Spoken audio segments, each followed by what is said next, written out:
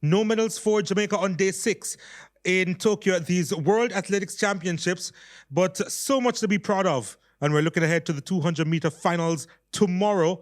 Bryan Levell and Shericka Jackson looking to raise Jamaica's flag and be on the podium. So much to discuss on the Sports Club podcast here at the Jamaica Observer.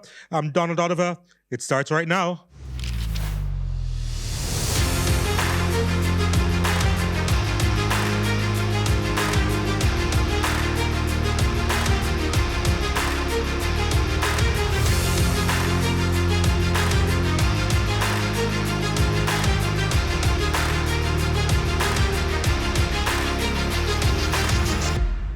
Hello and welcome to the Sports Club podcast. Yeah, my name is Donald Oliver and we're looking forward to having this stirring discussion on what took place in Tokyo today, as well as looking ahead to what's going to be taking place in the upcoming days, including in the 200-meter final. But part of this stirring discussion, of course, is Leighton Levy, who gets some picks right and some picks wrong. But that's the nature of the game, right, Leighton? How are you doing? I'm not too bad. Most picks wrong.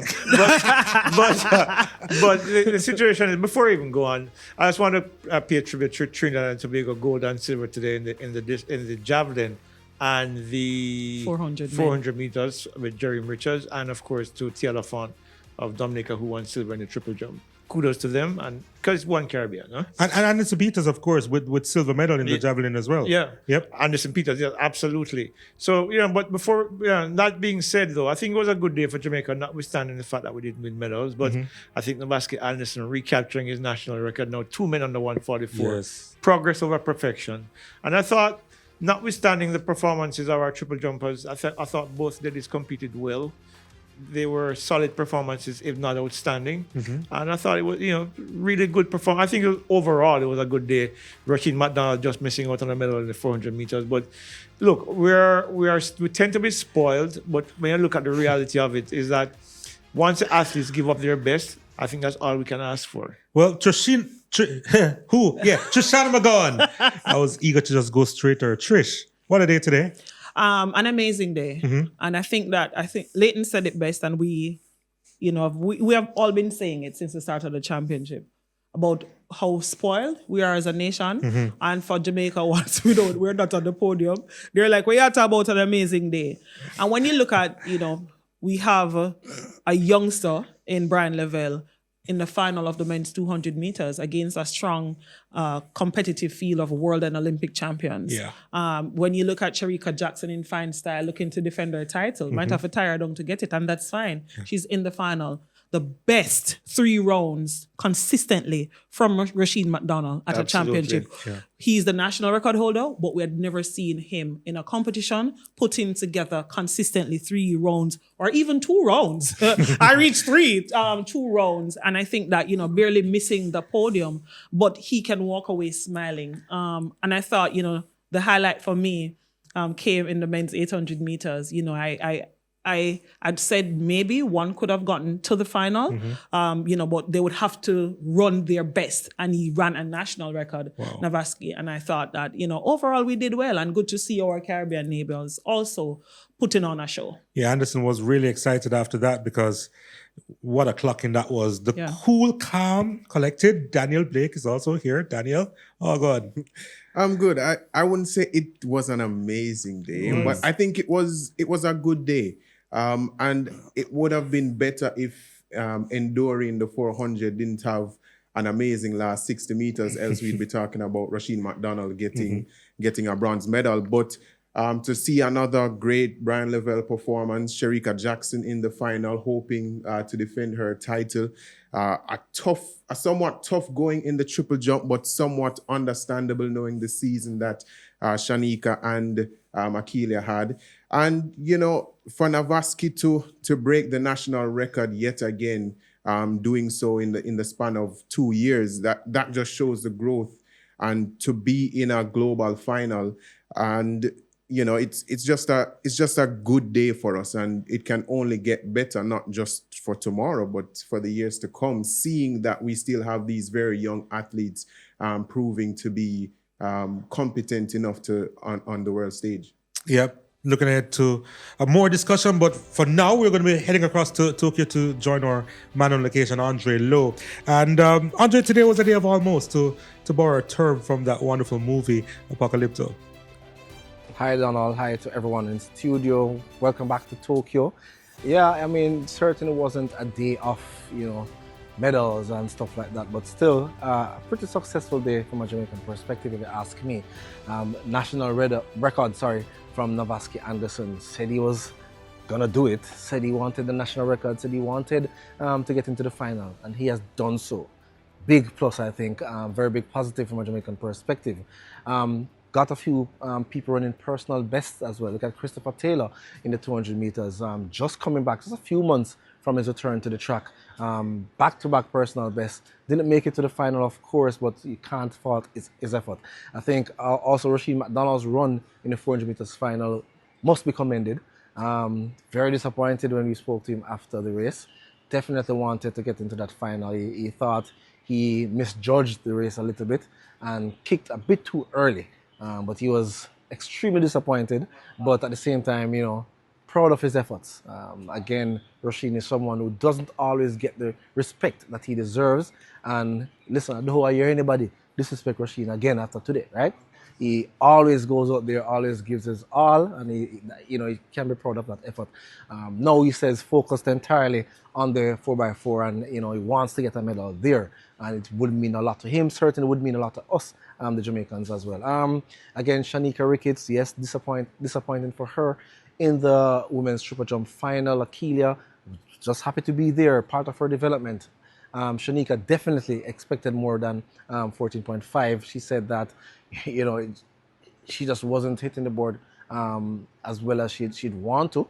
Had a few big jumps that were actually fouls, so, don't really count, but, she was quite disappointed. Wanted to put her best foot forward here in this final. Admitted in the end that perhaps her performances coming into the championship, not being at the level that she's accustomed to, might have affected, her ability to give her best here. Didn't have the momentum for sure, and it kind of showed, right? Whereas again, we had today. Of course, credit to Tyrese Taylor. Good run, made it to the semifinals, not in the final. Would be disappointed with that, but he did say there's a lot for him to take from this experience, and he's looking forward to that as well. Lamar Distin, disappointing, of course, in the high jump. Didn't get a height, didn't get a clearance at all at 183 meters. A height you'd expect her to roll out of bed and clear. She did say there were a lot of things in the background that's happening with her. Again, making that transition from the collegiate level to the pros. Has not gone well this year, but she's looking forward to a year of changes. A lot of things will be adjusted going into next season. She hopes never to have a repeat of this sort of performance. But of course, the big one that we're all looking forward to tomorrow, the men's and women's 200 meters. And let's not forget Jordan Scott in the men's triple jump. Very big chance for him, big opportunity for him to become the first Jamaican to medal in this event at the World Championships, right? Yeah, all eyes now on the 200 meters final tomorrow, or the finals tomorrow. Of course, Bryan Levell will be representing Jamaica on the men's side. Shericka Jackson looking to defend and seeking to defend her title successfully on the women's side, eh? Bryan Levell. In the first round, just Jamaicans talking to him in the mixed zone. After today's semi-final, a whole lot of people, right? The whole media fraternity here in Tokyo wanted a piece of that interview. Very good, 19.7. Still had a lot, I think, in reserve. And I believe his performance kind of got to Noah Lyles a bit. Noah came out ran 19.5. It's left to be seen if he emptied his chamber a bit too early. What is he going to have left for tomorrow's final? He said he's fit and ready, and he'll be fine tomorrow. But he did give a lot of respect to Levell. He did say, he has proven himself to be a really good athlete, and he's looking forward to a very good race tomorrow. Levell as well, very confident, supremely confident. He's not worried about anything that is happening around him. He says he's just focused on his lane and coming out here tomorrow and putting on a show, right? So he thinks it's going to be fast. Tobago is also in that race. There is some concern about him in terms of his fitness.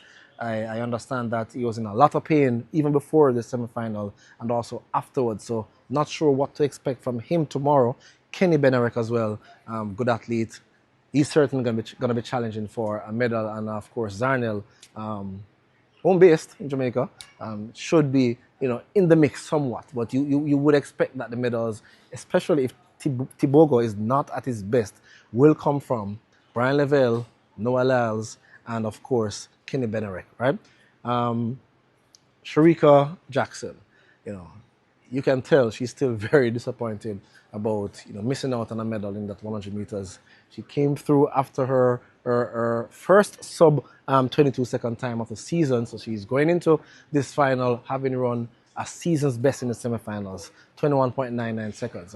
She stopped and she spoke to us and she said, guys, listen, we will have a very long discussion after tomorrow's final and I'll speak to you guys about everything from the 100 meters come right down. So she's locked in and she's looking for a medal. There's going to be a very interesting race as well because Jefferson seems to be in very good form too.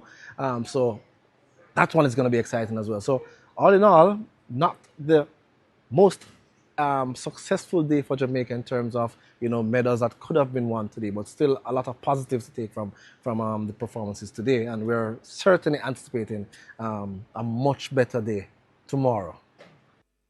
All right, thanks, brother. We're going to leave it there for today, and we'll catch up tomorrow. Same time, same place. All the best. We'll talk.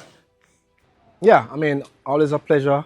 Gotta run, but guys, keep up the great job. It's been a lot of fun watching and listening to the conversations as well. And I'm sure our viewers are appreciating your insight and expertise as well. So, yeah, we'll catch up tomorrow. Hopefully, there'll be a lot more positives to talk about, guys. So, all the best. All right, Andre Lowe, our man on location there in Tokyo, giving us the latest on what has happened on today's day 6. Let's start off with Rashid McDonald and him coming so close. Leighton, how proud are you of his efforts in the final? I think if I had to grade him, I'd grade him on a B. Why? Because he had 3 strong rounds. Where he fell down, and he said it's post-race, is that he didn't follow his coach's instructions, or he may very well have been on the podium. So he's expecting a cussing out from Stephen Francis. But again. Not again. It's not new. But 44-3, 44-0, and 44-2. Strong series of runs, and it tells you where his talent lies, that he's able to have this strong series and finish off the podium. But when you look at the performances that were ahead of him, they were outstanding performances. 43.5 was the winning time. So you're looking at quality performances all around. And had he followed Stephen Francis's instructions, he probably would have been on the podium. But I think he gave it his best shot. And I think when he walks away from this experience, he will regret not following his coach's instructions. But in terms of the performance levels, I think he'd be happy. Or maybe he'll just forget totally the experience, right? And look, if you run 44-3, 44-0, and 44-2, if I was in his shoes, I'd be pretty cool with that. Yeah, you miss out on a medal, which is the ultimate goal.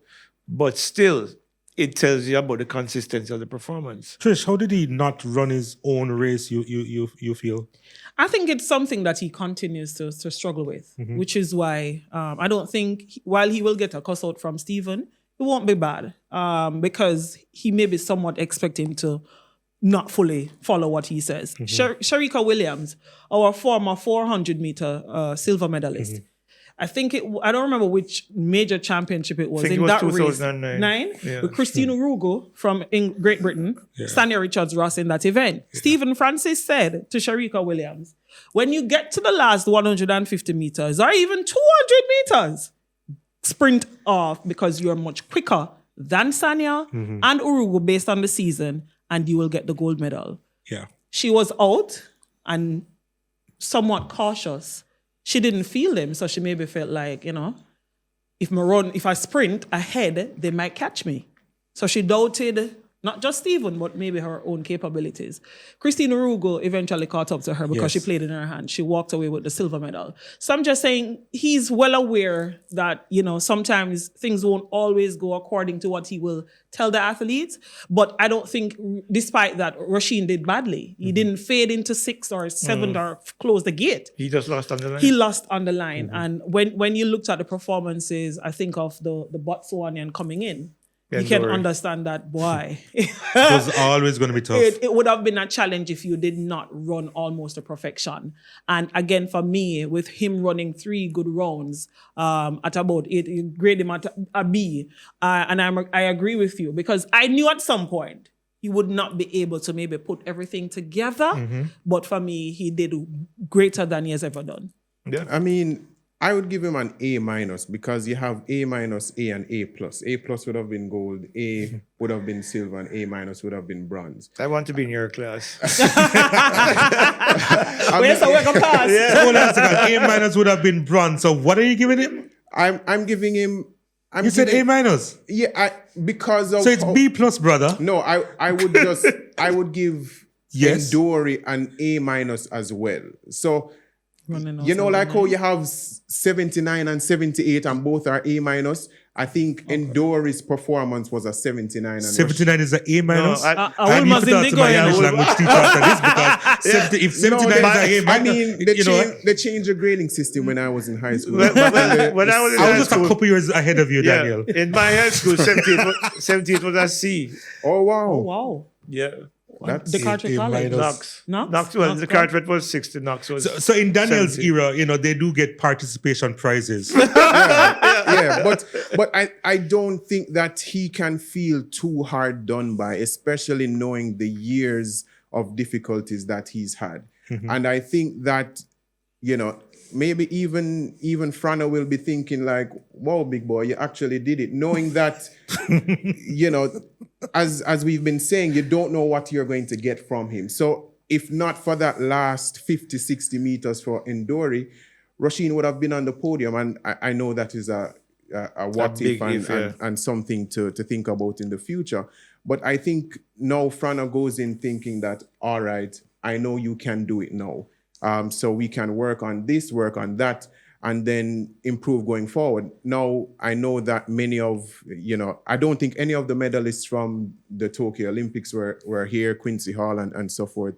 But I do believe that he can now develop himself maybe to be a consistent 44 low runner, even 43. So I think he should definitely be proud of his achievement this year. I think without the injuries, though, Yeah. the injuries, remember he ran 43. He's our national record holder. And again, his leg speed for either the first 2 or the last 200 meters is very quick. I think it's just a matter of managing. And that's the biggest struggle for Rasheen. It's managing. And I think what happened when you look at that race, because one of the worst thing, is to finish 4th. Yeah. Worst. You're happy you finished 4th, Yeah. but you question yourself for a After lifetime. a while. Yeah. After a while? You question yourself for a lifetime when I did do. What could I have done? Yeah. Why didn't I? It's just like a team losing 1-0 in football. You question a lot. Why couldn't I equalize, for example? So I think that, if he should grant himself grace, though, he would realize that, barring the injuries and everything that I've encountered over the years, this was really my best performance ever. Yeah, but the biggest regret for him, I think, is what you just said. Just missing out the medal. If he had finished 6th or 7th, you could have said, yeah, but he just missed out on a medal. So I think that might end up being his biggest regret, because I think this probably was his best opportunity to end up on the podium. A word on Jeremy Richards, though, late in terms of what he has done, our Caribbean brother Listen, from Trinidad I Tobago. said it at the outset. I think I said it on the first show. When I picked Jerome to win the silver medal, primarily because I had a discussion with him prior to the championships. And he said everything was coming together at the right time. The unfortunate thing for Jerome at the Olympics last year is that he ran a big personal best of 43.74 and finished just outside the podium. And that had him in history as the fastest ever 4th place finisher. Today, he was 200ths of a second faster. Yeah. And not only did he get a medal, but he got a silver medal. Yes. So I think this is a big moment of redemption for him. And I'm really happy for him, because I know he's been frustrated for a long time. Yeah. in terms of not being able to deliver on the biggest of stages. Just missing out in Paris last year. And coming here now, coming away with a silver medal, I don't think he could be happier right now. Yeah, and he's a genuinely good guy, so he really deserves Yes, it. Very he good is. guy. He's amazing. He's one of them Caribbean brothers Yeah. that we literally love to adopt. And I thought, again, just speaking about our man. Caribbean neighbors, putting on a show, people don't understand in sports. While we're very dominant in track and field, Jamaica, whenever our neighbors are doing well, the character that you all want to dismiss, this is where a lot of these athletes develop. Yeah. The Jerry Yeah. Richards were no stranger to. Anthony Strawn, who is now a world championship finalist in the Yes. women's 200 meters. We have seen her since junior days. She was almost like a menace to our athletes, So it was really a joy that everything could have really come together for him to walk away with a medal, because like Levy said just now, frustration when you think you have it, when you think that things are going according to plan and then you fall short, it can be really tough. And sometimes you question, okay, maybe I'm just not good enough. Is it time for me to walk away? What did I do wrong? Why I wasn't on the podium or getting more success? And I think, and I hope that this silver medal will, just reaffirm to him, that he belongs here. Yeah, because remember, he's a world indoor champion. He was a gold medalist from the 2017 World Championships. I remember Trinidad's 4x4 relay team along with the late Leon Endore. But and the reality is that he ran the fastest split on that year, 43.6, I think his relay split was. There's no denying Jerry Richards' talent. But when it came to global competitions, he always fell just short.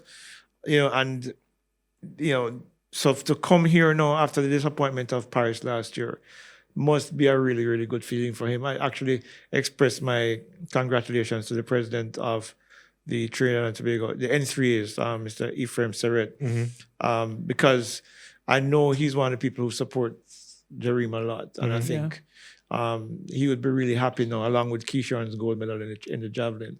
That was significant. And just to mention, of course, I know I don't want to segue too much, but Keyshawn, as people know, won the Olympic Games in 2012, bronze in 2016, and had his own injury issues. He changed his coach this year.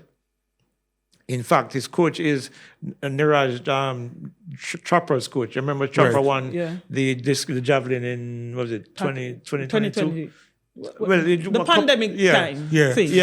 He Dr. I can't pronounce his name. Anyway, I won't do that. But he changed his coach, and it turned out to be the perfect move. We're going to talk a little bit more about Keyshawn Walcott in just a little while. But yeah, Jareem, congratulations, brother, on this silver medal. And I'm sure that all of Trinidad and Tobago are really proud of you, as well as the rest of the Caribbean. Let's move on to Nikisha Price, because it was always going to be difficult for her in that women's 400 meter final. We'll talk about the context of that race in its entirety because of what the winner did. But Daniel, in regards to what Nikisha Price did, expectation versus reality, you agree it was always going to be difficult? Yeah, knowing the field that was there, especially the top three, it would have been difficult. Expected her to run a bit faster, maybe closer to low 49s, but once you're in that type of field and seeing what everyone else did, especially the lane that she was in, should have seen everyone. Yeah, it was a little difficult for her. I don't think she started out that well. She was always around the 6th, 7th, even after 300 meters. So I think that she'll be disappointed, but I don't think she should be overly disappointed, knowing that this is the fastest 400 meters race of all times in terms of all the numbers for all the women to finish under 50 seconds. So, it's been a long season for her as well. So I think just going forward, just take what you learned from this race and see if you can go even faster than you've done before. I think she was dragged out of her comfort zone. That's what I think happened. When you're running, you have a race model that you follow. But then when you see Sydney go, and you see Salva go, and you see Paulino on go, the outside. You are almost instinctively forced to go too. And I think when I looked at her mid-race, she was struggling because the pace was just so fast. I think she learned from this because, look, this is her first full year as a pro. What could she possibly learn from this, Leighton? To stick to your race plan and not be dragged And then out. what would have happened? She probably would have run faster and probably finished further up the ranking. You think so? Yes, listen. everybody has a race model that they follow because this is how you train. And the minute you divert from that plan, everything about your conditioning changes because how you practice is how you compete. Every single phase of a race that you execute in competition is how you practice, right? So I've seen races before where you see athletes look like they're out of the running, especially 400 meters. And then late in the race, they're back strong because why? They're stuck to their race models. If you're dragged out of your model, your body doesn't know how to respond to that because that is not how you practice. For example, say her race model was to run the first 200 in 23:1. And she ran it in 24. And she ran it in 24. Or 22. You're burning up more energy than you're used to. So you have a lot less coming home. If your race model says that you're running 22:3 on the first 200 and you run 22:3, then you have that. You might be further behind the field, but those athletes in front of you might be slowing down a lot faster in the last 200 because their race model is completely different from yours. So if you're sticking to your race model, the plan is for you to run a particular time. Because say you run 23:2 and then you come back with a negative and come back running 25. That's the plan. If you go it faster, then the model for your last 200 completely changes. Which is why, like I had mentioned about with Shericka Williams, that year when Stephen Francis told her, remember, Christine Urugu, she gets out very fast. Sanya Richards, she gets out quickly. Usually her first 250 meters, she has already closed down on those in front of her. This is now your race plan. And for the 400 meters, like I said, it's a long sprint. It's very strategic. It's not something you get up and you just run. You can't get up and say, oh, let me cruise out and then build up. That's not how it works on the international level. You have to know where you are, especially against the field that you're up against. So you don't run against the clock then, because I think that's the impression that people have when you're talking about, oh, them run that time, gee whiz. You don't run, your mindset shouldn't be to run against the clock. Your mindset should be to focus on your race execution. Focus on your lane. That's all. Look, when you train, and Trishana can tell you, when you're trained, you know exactly how fast you're going. Your coach says, okay, you're running the first 200 at 25 at 75%. All right, so you know what it feels like after a while. You actually can feel. You can actually set the clock on what you know where you're going to be at particular phases in the race. If you break that model, then you don't know what to expect because then everything has become a blind. You become blind to everything else. You don't know where you are. You don't know how fast you're going. You don't know how you're going to finish. So you end up running a time that you're not expecting to run because you're expecting to go faster. And also, when you look at, for example, the 800-meter athletes, you see some running with a clock, with a watch, sorry.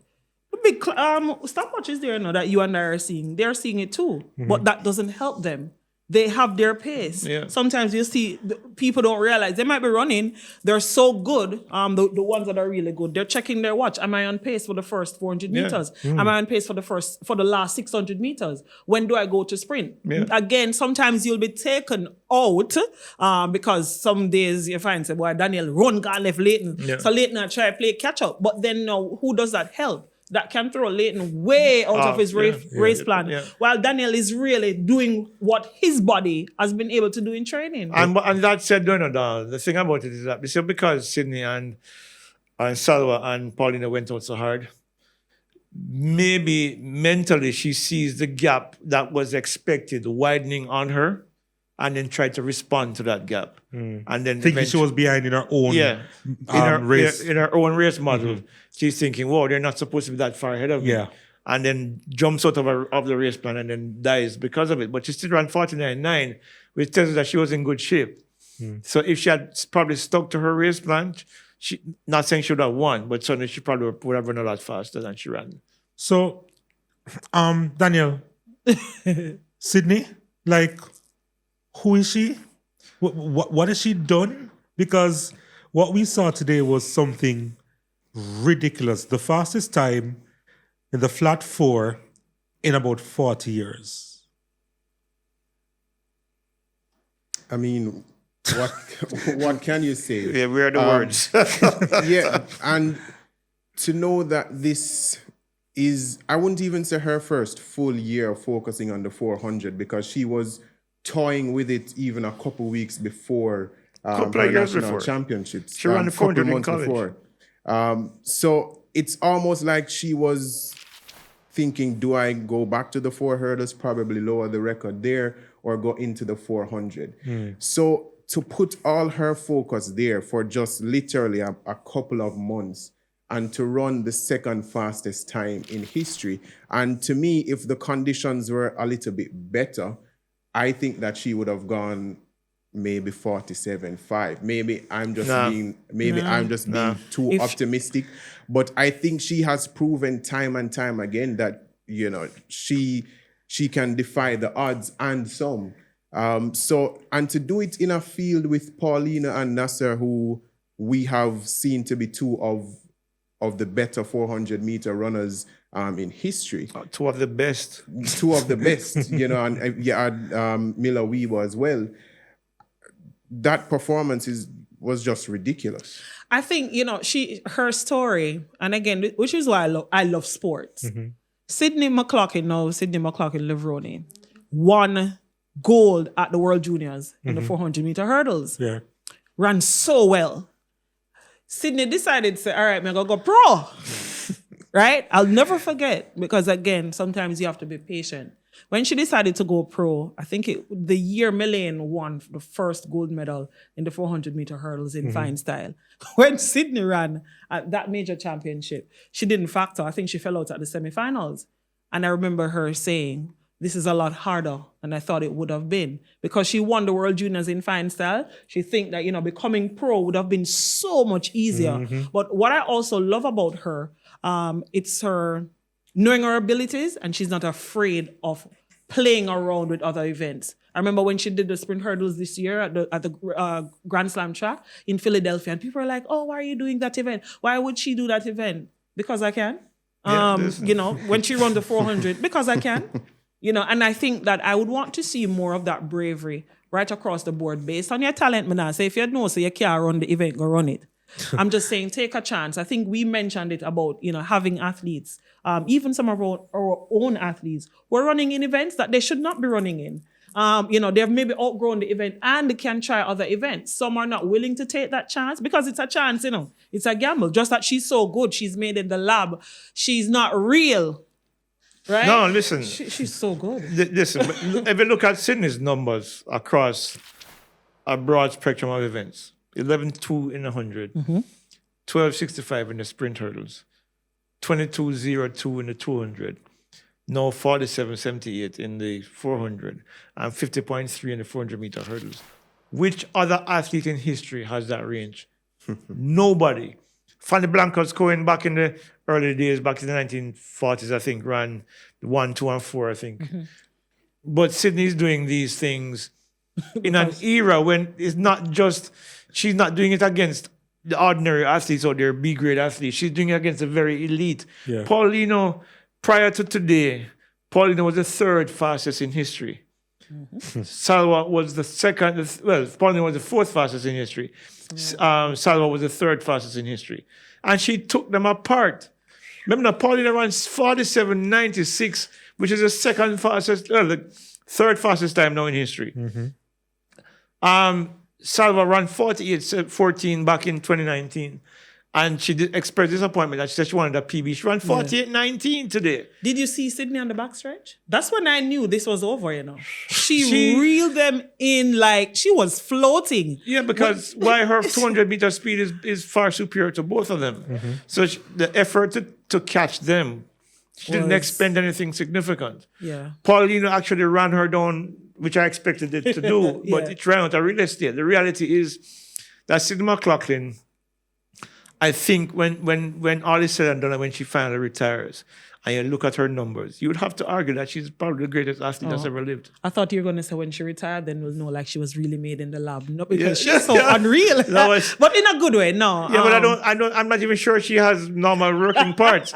Because she doesn't even breathe hard. Listen, she looks like, I mean, I was watching after the camera was following her Yes. around, she was able to, Shake just everybody's hands and- shake everybody's hand, Yeah. and she's just drinking sipping her water, kissed her husband, and the sat down that she sat down was because she tired, And the disbelief say she ran the championship record, Yeah. Mind you, I did a Q&A for the Jamaica Observer paper. And I did say if she's pushed and all being, she could run the championship record. But for her to actually do it, I think she's like, oh wow, I am that girl. She's not gonna say it because she's not like that. The championship record was belonging to the person who finished third. 48-14. Yeah. It's crazy. Look, there are no words to describe Sydney McLaughlin. I remember when her first major championship, when she was a teenager, I think she ran 53. 53 as a 16-year-old. So you saw the talent from then. But did anybody ever imagine that she would evolve into this I don't think so. beast of an athlete? It's incredible. Yeah. I think the patience, you have to be patient with yourself. Let me in put this some things sport. in context for you. When Madeleine Walker won the 400-meter hurdles in 2009, 52:42, that was then the second fastest time in history. If you look at what Sydney McLaughlin has done since that time, Madeleine's second fastest time in history is now down to, along with Femke Ball and Anna Cockrell and Delal Mohammed, I don't think it's in the top 15 times anymore. And that was only 12, 13 years ago. Yeah. So she has transformed this event in ways in which I don't think it will be challenged for another 40 years. Yeah, it's ridiculous. I think the next goal for her now would be to get a Marita Cox world record, which is right now very, very reachable. But my thing is, will she want to? Because I think after a while, sometimes she loves the challenge. I don't want to use the term she gets bored, because when you're that good, sometimes you get bored. She won't say it because she's not that kind of an athlete. She will see it as, I'm posing a challenge to myself and taking on new challenges. But when you have done something repeatedly, you now start to question, what more is in it for me? Yeah, but that's a new goal for her, though. 47-60 is now the new goal. Yeah, and I wouldn't say it's repeatedly, because she just started the 400 really Seriously, this year. So you can almost imagine that even in an off year next year, maybe she goes on the circuit and says, I'm just going to break this record. Yeah. And then maybe 2027, I try the 200 and I see my, and test my luck there. And look, don't laugh, because 22-0 is not far from where the women are running now. And I think if she trains for Exactly. who's to say she won't run 21.5? She gets bored. She love a challenge. We'll see. She is that. Remember, this is a girl who ran at 200 and a 1.5. We're not like she's training for the 200. She's training for the 400-meter hurdles. And she goes for 200 and runs a 1.5 and runs 22.0. Who does that? Sydney. You know what? Let's move on, because she will take up a lot of the show, and Yeah, we're really you can concentrating talk on about her Jamaican athletes forever. and If you remember when she was at Caribbean Grand Slam athletes. track, I asked her what is her limit, and she said she doesn't know. And she was being honest. Yeah, She was being 100% truthful. yeah, but it's scary. Love her though. That we all do. Shericka Ricketts, Daniel, fifth in the triple jump, pretty much jumping within her range. All season, 14.56 meters. Yeah, I was a little bit optimistic, because that 14.56 was her first jump. And I felt that, she would have used that and propelled herself. And I think that's why we tend to say, once you get a good series of jumps, because I think 14.56 is a great start. Obviously, I think at the time she was maybe fourth after round one. But then those 3 no jumps really hurt her, because then I believe her fifth attempt, she was just trying to get on the mark. And then after that, you start to overthink things and you don't push yourself. Whereas Lafond, for example, even though she wasn't jumping, close to 15, she was constantly getting there 14.5, 14.6, and then she ended up getting into that medal position. So I think it was tough, but I think that she'll be satisfied knowing that this was not her year in terms of her typical 14.7, 14.8, and so forth. So, 14.9s. it was a tough day for her, but I don't think she should be too disappointed with her efforts. I think Leighton had said it in yesterday's show when we previewed that it would have been very tough for her. He doesn't see her maybe surpassing 14.5. But we also spoke about yesterday about the 5-year period in which these athletes have been competing. And I think of those 5 seasons, she has been consistent. Yeah.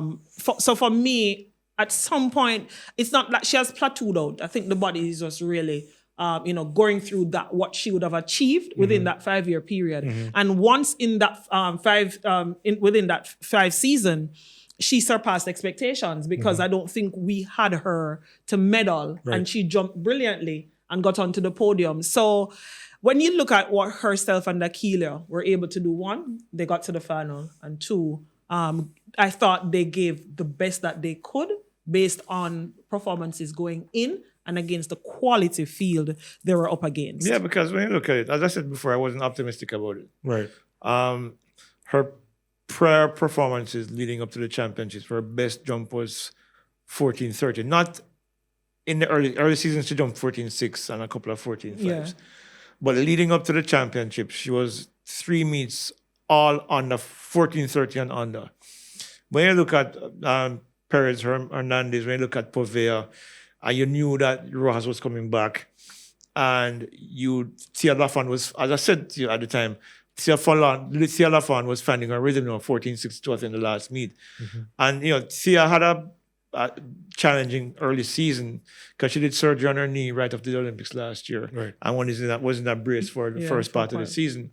But one of the things about Tia Lafon is that if you look at her, the trend of how she competes, she tends to put her best jumps on well late into the series. And she did it again today and finished second. And of course, Rojas back with 14.76. Coming after 2 years of not competing, it just tells you how scary that Venezuelan woman is. That surgery on your knee, you come back after 2 years, you have not really competed at all. You enter a global competition, and the first thing you do is jump 14.76 and finish on the podium. It's remarkable. So I didn't expect Shanique. And I think, and to Trish's point, 5 years of consistent performances, 2 silvers at World Championships, Olympic silver medal, and she's not getting any younger. She's 33. Yeah, so the reality is that eventually time catches up with everybody, and I think that's probably what happened to her this year. Let's talk about the men's 200 meters and what to expect. Daniel, be it resolved, Bryan Levell will win gold in the 200-meter final. It's likely. Today was a better performance, not just in time, but his overall execution, because I think his start was a lot better. I think today's split was 10-1-2 compared to yesterday's 10-1-7. And I actually think he slowed down a little bit more than he did yesterday.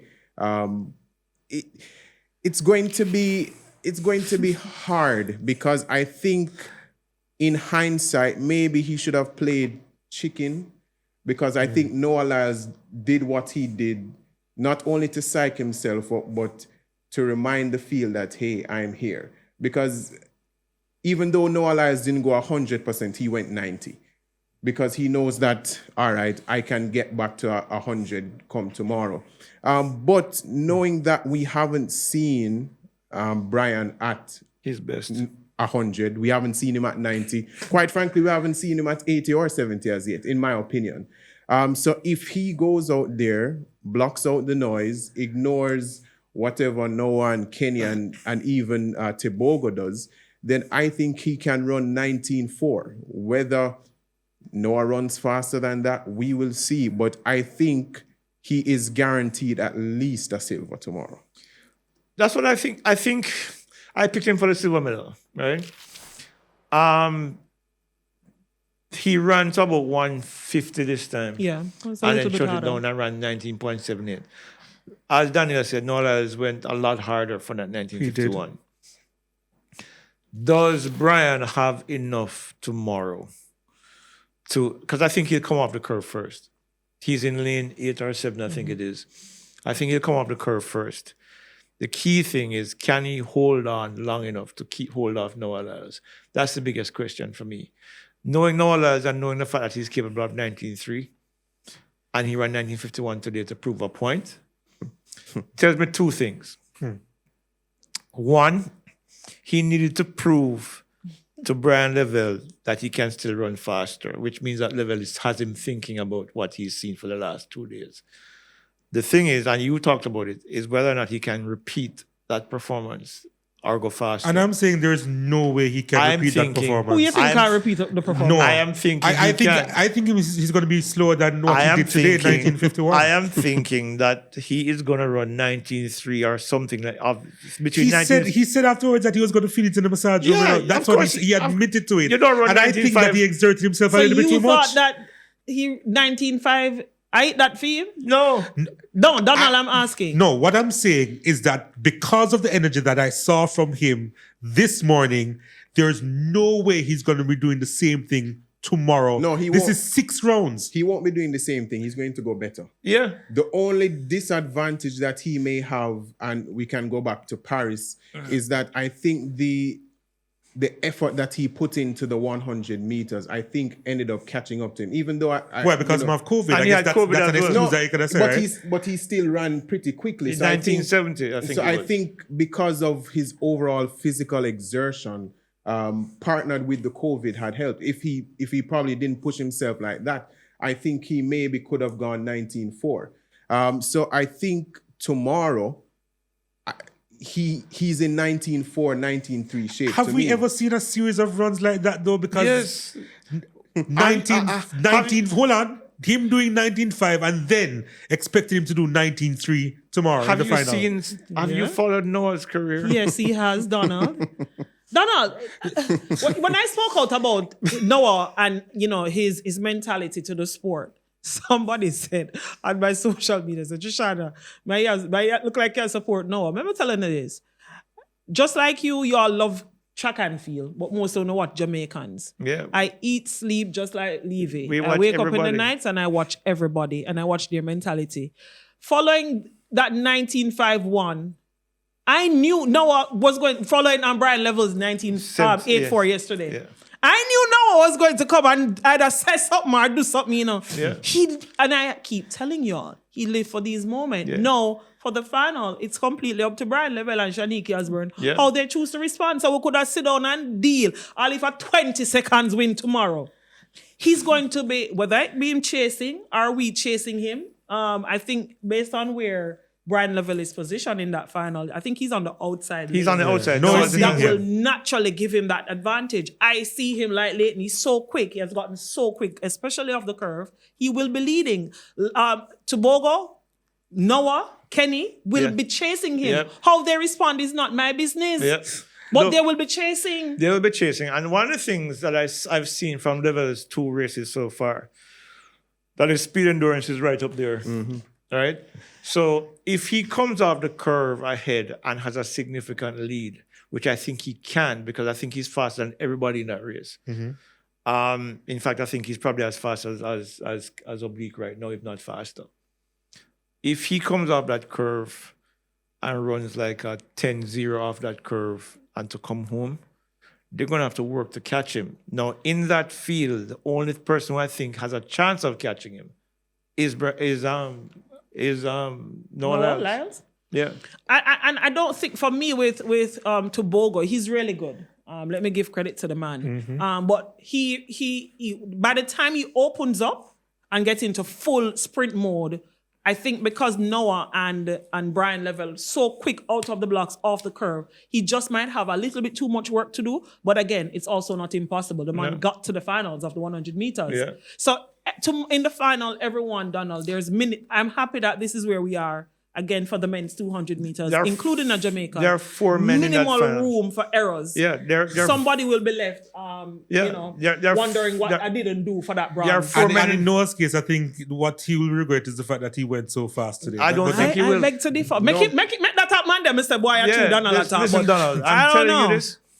I would not be surprised if he runs 19.3 tomorrow.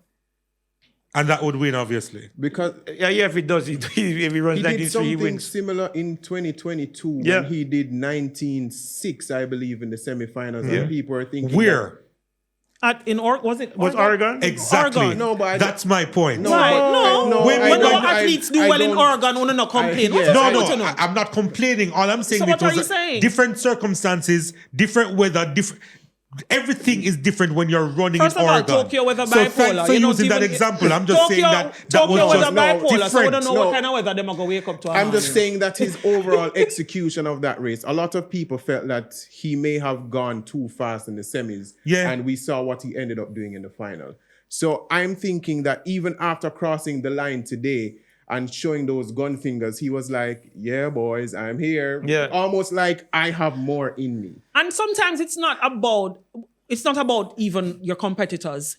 Again, he got a medal in the 100 meters. He's not the one he wanted. You know, not the one he wanted.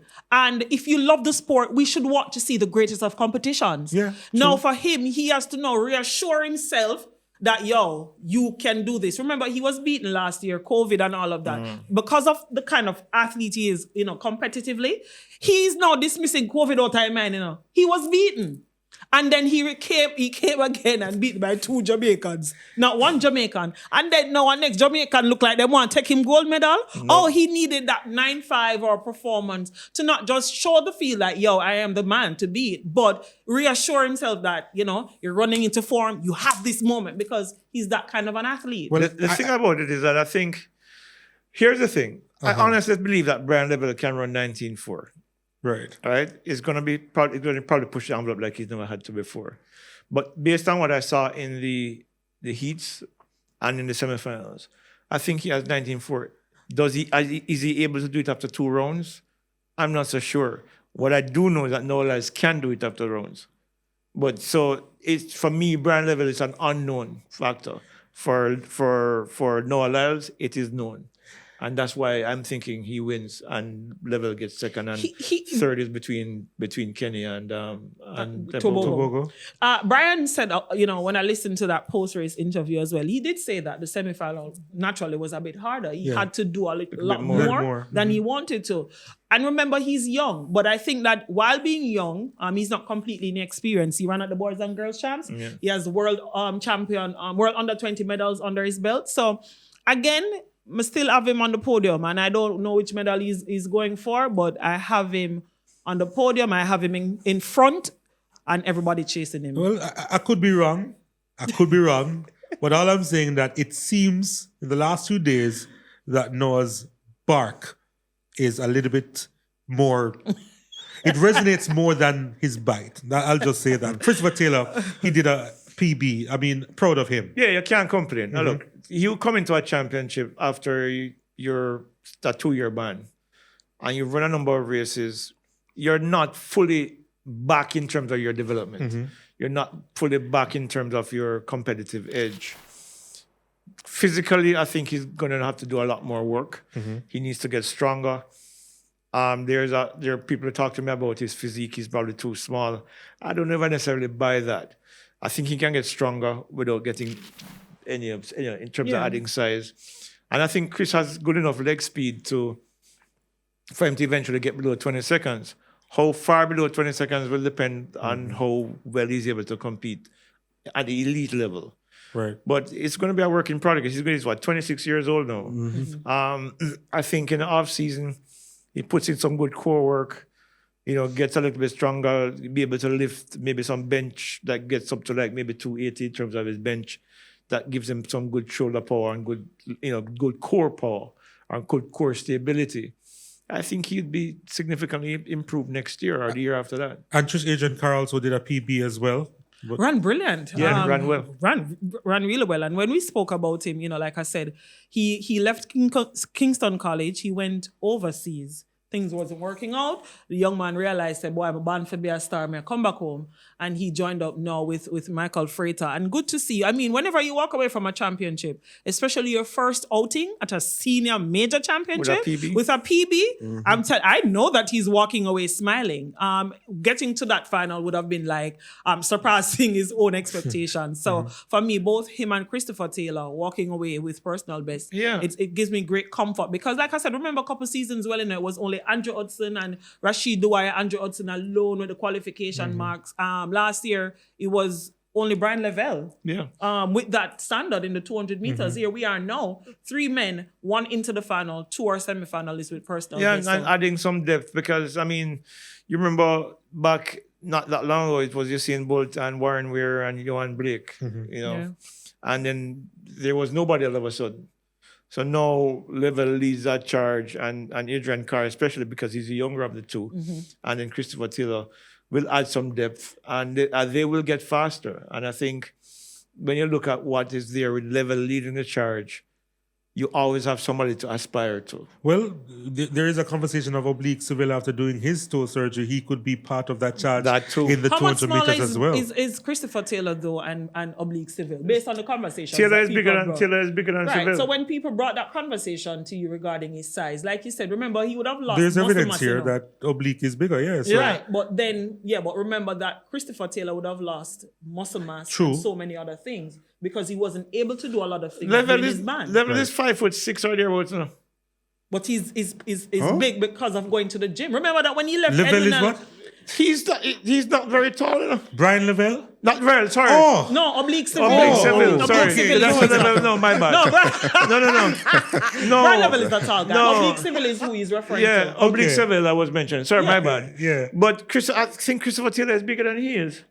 And I think DeGrasse is around 5'7". 5'6". Yeah, because of what Leighton was saying, people were saying for the joke sells itself. You're saying just for Christopher Taylor, the concerns they have is what I'm getting at. That remember that when an athlete isn't actively in the gym, running and doing all that they're supposed to, they lose muscle mass and you can look a bit smaller in frame than you actually are. Yeah, but Chris added some muscle this year. He was noticeably bigger. So, the thing about it is this. People have always used size to limit athletes. You've heard that Mega Topper was too short. She couldn't go this. We heard you saying was too tall for the 100 meters. Look, we're at a stage now where you can literally shape programs to suit your physicality and athletes to do well. Meg was, in my mind, in shape to run 12.2 this year. And she's 5 foot or 5'1" or however tall she is. I've always told people that her height has nothing to do with it. No. It has to do with your power and your strength and your speed. And she added all those qualities this year. Well, let's talk a little bit about Shericka Jackson because she's through to the women's 200-meter final, did 21.99 seconds, and pretty much in cruise control in her semifinal, Danielle. I mean, how impressed were you with that run that she did today? I'm very impressed. Like I've said from the start, I believe the only thing that is holding her back is her mental. She looked pretty comfortable today. And I think that after what we saw, especially from, Brittany Brown and everybody else, I think that she is guaranteed, in my mind, that silver medal. Jefferson Wooden, after her race, she looked like she wasn't trying at one point and she still got to that 22-second mark. But I do believe that if Shericka is able to get over that mental hurdle, I think that she can get to 21.7, 21.6. Whether that will be enough, seeing Jefferson Wooden's form, I'm not quite sure. But I think that she's more than capable of going a lot faster than what we've seen in these first 2 rounds. Look, 21.7, 21.6. I'm not so sure about that. I think 21.8 is more likely. I mean, Shericka is coming back from a season that had a significant impact on her physical well-being. She has not looked anywhere close to her best this season. 10.88 in the 100 is well off her 10.65. Her 21.99 today did look good. And she was running well within herself. But does she save more than 0.2 of a second off her time for the final? I don't think so. I think based on what I saw today and when she eased down, I think 21.8 is more in the likely realm of where she's going to run. I think that time puts her on the podium. I think when you look at who she's up against, Brittany Brown, who she was in total control of today. Yeah. Anavia Battle is the woman that I'm worried about most. Because she ran a very comfortable 22.07 or And 2. she's drawn in lane 7 Yeah. at the final. Yeah. So I think, Behind Battle. yeah. So Shericka looks, this is the best I've seen her since season. And it's a good look. She's nowhere close to her 21.4 form, that's obvious. But I think she's good enough for 21.8. I think 21.8 puts her in silver medal position. I think Melissa Jefferson runs away with it, probably 21.5. I think Shericka will battle with Brittany Brown and Anavia Battle and Talu and Amy Hunt Yeah. for the other 2 medals. And I think Shericka will emerge ahead of the rest of the pack. It will be tough. Again, whenever you find an athlete being pulled from a sprint double that they should have been competing in, it's telling of the kind of injury, and it could not be chanced any at all. And I think the Paris Olympics, a year ago, but remember she was pulled. Also, when you look at how she started her season to where she is now, she's granting herself some grace, I hope. I hope she is. It's very difficult for athletes to do because they want to do so well. A lot of the contracts are running out this year as we head to a non-championship year. A lot of it is riding on it. Not saying her contract is. I'm just saying how athletes operate and what they're yearning for. And when you're in a final and looking to defend your title and you're not at your best, I think you will take whatever come once you cross that line. And I'm hoping it will be enough for her to get onto the podium. And even if she's not on the podium, while she'll be left disappointed that her body would not have allowed her to challenge for that title, I think based on what the body will allow her to do on the day, she will walk away somewhat, pleased with the performance based on everything when you think about the variables. What is clear is that whatever the injuries were in 2024 set her back significantly. Yeah, it did. And to build back to that previous level will take work. It will take, obviously it's going to take more than a year because this is the end of the year now and she's not back there yet. And the other thing that might work against her is that she's also going to be 32 next year. So time and wear and tear do have their impact on athletes' bodies as they age and as they look. It's not like you're at a mediocre level. Shericka has for the last 3 years prior to last year was at an elite level. First one to ever medal in 100, 200, and 400 at a global championships. You're looking at the time she's running 21.4s, the 10.6s. Those performances wear and tear at you over time because you're pushing your body to new limits every single time. Eventually, it takes its toll. And last year, she paid the price for that. And coming back this year, gradually easing her way back to becoming to where we saw her today, 21.99, looking pretty comfortable doing it. It tells you that Shericka is maybe 80% back to where she was before. So if she's continuing beyond this year, heading towards LA 28, you'd expect her to probably get back close to her best next year. And then, Listen, I would want, for those who are following the sport, I'm telling you, that last 5-season cycle, tell me which athlete has been on the podium other than Sydney. And again, remember, she's not real. But which athlete has been at their best and have been dominant with gold medals for the last 5 seasons? Again, we're taking Sydney McLaughlin out of the equation. It has not been Yolamar because she was out. Shot put, Ryan Krauser. I think he missed. Did he miss a gold medal season? Would be last year? Yeah, I think so. Right? No, Krauser won last year. He in won Paris. last year in Paris. Oh, yes. Yeah, he did. He did. And then again this year. But I'm not, again, the memory fuzzy from But the you last remember, few Krauser seasons. didn't compete this year prior to the championships. So again, that 5-year cycle, because of the pandemic and having to put the championships Back to back. Yeah. I'm telling you, if you can tell me the field event athletes and track athletes, Well, which No, track what athlete I other than will Sydney? say, whether I do take your point that the last 5 years has been difficult, but I think even regardless of COVID, it is very difficult for someone to consistently win gold medals on a 5-year stretch, whether Right, which is COVID, what I'm whether getting normal at. time Because or not. again, Yeah. sometimes people do not grant our athletes grace. Yeah. Right. They see the longevity, for example, of Shelley and Fraser Price, not remembering that in 2016 she had a toe injury, barring she got that bronze medal in and she in had a Beijing. 2-year break. And she had a 2-year break When with she being got pregnant pregnant. and giving birth. Yeah. So like I said, it's very tough. So when we sit and we talk about Shericka, again, I'm speaking to the Jamaican people, far and for those are overseas and here. It's tough. Like Leighton said, running the 400 at her best, running the 110.6, the 221. Listen, it is a lot, and which is why I applaud our athletes who show the longevity and the consistency. Consistency is not winning every year, it's consistently showing up and trying to give off your best. I was talking to a friend of mine overseas, was it last week? And he was saying that he was disappointed with Shericka. And I said, why? And he said, because she's not running as fast as before. I said, boss man, she's not a machine. She's a human being. And she's been doing these extraordinary performances over the last few years. Her body will break down eventually. And then it reluctantly says, yeah, you're right. Because sometimes we forget that the athletes are people. They see them as entertainers. And they're not robotic things that all they need to do is grease the wheels and oil them a little bit and they continue to do they're people and their muscle tissue, their bodies break down for many reasons, maybe illness. I mean, when I had COVID, I came back, I can't remember anything. I mean, I remember, again, something I'm going to reveal to you now. Just after... Is it PG anything? No, it's not PG. Oh, okay. A few weeks after I recovered from COVID, I was at the stadium talking to Trishana. Right.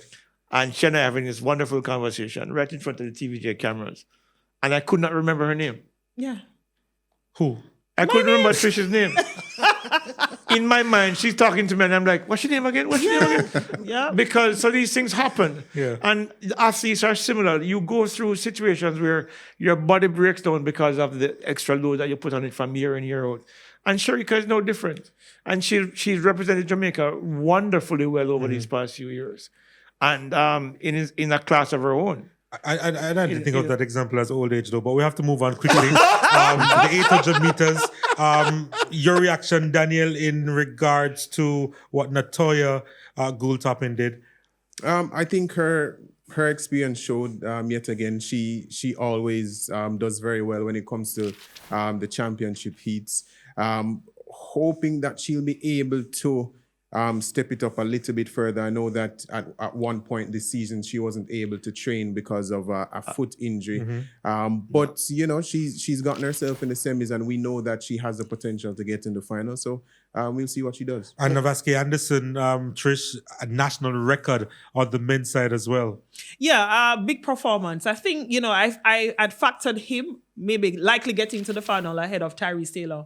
It's Tyrese's first outing. And I thought that he ran so smart. He initially started to get boxed in and he drifted out, staying close to the shoulders. And again, like we said, you have to know your program. At no point in time he got pulled out or tried to get in front of the pack. And he stayed very closely gradually, and I thought he ran brilliantly. A national record, and he's into the final. Yeah. Listen, like I told you, I'm happy. The minute both men hit the qualification time, and both, just having a good outing as best as possible. One is in the final. I'm trying to remember the last time a Jamaican man has been in an 800 meter final in recent You times. told me it was 1997 or thereabouts. It's been a while. It's been a long one. Leighton, last word from you in regards to the Caribbean 1-2 in the Javelin. Just absolutely wonderful seeing Keshore and Walcott being on top of the world ahead of Anderson Peters again. Our friends in Trinidad Tobago celebrating that gold medal. Absolutely. I mean, look, Keyshawn has been doing this for a long time. 2012 World Olympic champion, 2016 bronze medalist, had his issues with injury, changed coaches, comes back this year, wins gold. We spoke earlier, I think he was here in Jamaica with you as well. And we spoke, and his plan was to go into these championships and do well. And do well he did. Anderson Peters had this mishap after the World Championships in 2022 when he won gold. had this big fight down in what was it, St. Kitts, I remember where it was. And he hadn't been in safe. Remember? He was beaten and thrown off a boat. Yes, and he everything. was. Yeah, and so it took him a I thought while. it was a prank. No, No, but it's it's made really had a headlines. big fight on the It boat made with some headlines. guys. Made headlines. We reported on it on sportsmax.tv. And then they threw him off the boat. And he wasn't himself for a while. It seems as he's finding his way back now. 89 meters throw in the preliminary round. Yeah. And 88 meters. 87 meters here. 87, Yeah. 38 for Peters. Yeah, so he's getting back to his best finally. So Yeah. kudos to them. Kudos to our Caribbean neighbors. These guys have done really well. Donald, I have actually spoken to both of them, I think, before. Really cool guys. And I think it's a good day for the Caribbean. So being thrown off a boat to throw in the javelin to get his silver medal. Just wonderful stuff from Anderson Peterson. Again, congratulations to Kishore and Walcott for winning gold. I'm sure the Twin Island Republic and all my friends down there celebrating that gold medal. But it's time to put a wrap on this show. We've gone over time, but it really was a really good discussion. Thanks again, Leighton, Trish, Daniel for being a part of it once more. Join us again tomorrow, same time, same place. It's a Sports Club podcast here at the Jamaica Observer, powered by JN Bank. It's goodbye for now.